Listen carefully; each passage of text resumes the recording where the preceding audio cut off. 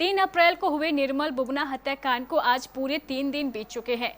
इस हत्याकांड को लेकर डिप्टी सीएम तारकिशोर प्रसाद स्वयं तथा आईजी पूर्णिया विनोद कुमार भी पीड़ित परिवार से मिलने गए थे और उन्हें अपराधियों की शीघ्र से शीघ्र गिरफ्तारी का आश्वासन दिया था। लेकिन 3 दिन बीत जाने के बावजूद जब किसी भी अपराधी की गिरफ्तारी नहीं हुई तो राष्ट्रीय जनता दल के नेताओं में आक्रोश फैल गया। इसी को लेकर आज राष्ट्रीय जनता दल के राज्यसभा सांसद अहमद अशफाक करीम ने एक प्रेस कॉन्फ्रेंस कर नीतीश सरकार पर हमला बोल दिया।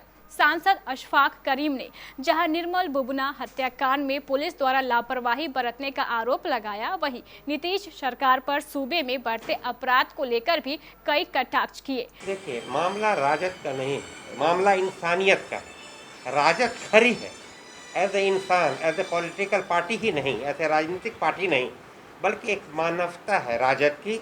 राजद तो एक ऐसी पार्टी है जो गरीबों के लिए और जो मजलूम हैं उनको लेकर चलती है। तो एक मजलूम की हत्या हुई जिसका कार्यकाल में कोई ऐसा कार्य नहीं था जो गलत इंसान हो। एक अच्छा इंसान, एक अच्छा व्यापारी है। ऐसे भी डीजीपी हैं, आईजी हैं, डीआईजी हैं, एसपी हैं, थानेदार हैं, डीएसपी हैं, सबको अधिकार है। एक अधिकार आपने बीएमपी को भी दिया, उसके मैं खिलाफ नहीं हूँ, ठीक है, राजद खिलाफ रही, लेकिन अफसोस है कि अब और खिलाफ होना चाहिए कि हालात इसके बावजूद भी जो हालात बन गए, मर्डर हो ही रहा है, अपहरण हो ही रहा है, क्या कहते हैं, गलत हरकतें हो ही रही हैं, महिलाएं हमारी सेफ नहीं हैं, कहीं प्रोटेक्शन नहीं है, इस तरह की बातें हो रही हैं। जो बुबना जी के साथ हुई ये हत्या, उसकी हम निंदा करते हैं बिहार सरकार की और कटिहार ज़िला के प्रशासन की, चूँकि सालमारी कटिहार ज़िला में ही है और सालमारी का वो व्यापारी था और उस व्यापारी का एक अच्छा इंसान था, अपना व्यापार करता था, अपना रोजगार करता था, उसकी हत्या कर दी गई। राज्यसभा सांसद अहमद अशफाक करीम ने आगे कहा कि कल 7 अप्रैल को वे अपनी पार्टी के 4 विधायकों एवं अन्य कार्यकर्ताओं के साथ स्वयं पीड़ित परिवार से मिलने सालमारी जाएंगे और वहां की पूरी वस्तु स्थिति की रिपोर्ट पटना आला कमान को देंगे। उसके बाद पार्टी आगे की रणनीति पर काम करेगी। जी, अगला एक्शन क्या होगा? हम लोग राजद की एक टीम एमएलएस की और लीडर्स की कल 11 बजे जा रही है सालमारी उनके घर पर, देखने के लिए कि आखिर ऐसा क्यों हुआ और संवेदना व्यक्त करने के लिए, और जो हो सकेगा राजद से वो करती रहेगी, क्योंकि ये गरीबों और मजलूमों की पार्टी रही है और ये हमेशा उनको सहानुभूति देती रही है, उनकी लड़ाई लड़ती रही है। इसलिए कल ये टीम हम लोगों की जा रही है, जिसमें मैं भी शरीक हूँ, कमलेंदर जी भी शरीक हैं, नदीम साहब भी शरीक हैं, हमारे माननीय पूर्व अध्यक्ष भी मौजूद हैं, हमारे राजद के जिलाध्यक्ष गनी साहब भी हैं और भी हमारे यहाँ पर बहुत सारे लीडर हैं। सब लोग जा रहे हैं कल। सरकार से क्या डिमांड रखते हैं?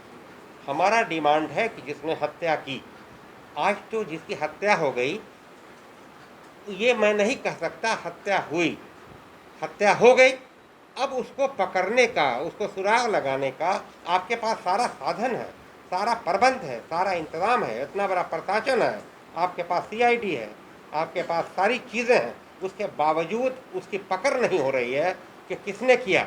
ये तो अगर आप पकड़ते नहीं हैं तो इसे इनकरेजमेंट होता है क्रिमिनल का, तो क्रिमिनल को इनकरेज कर रहे हैं।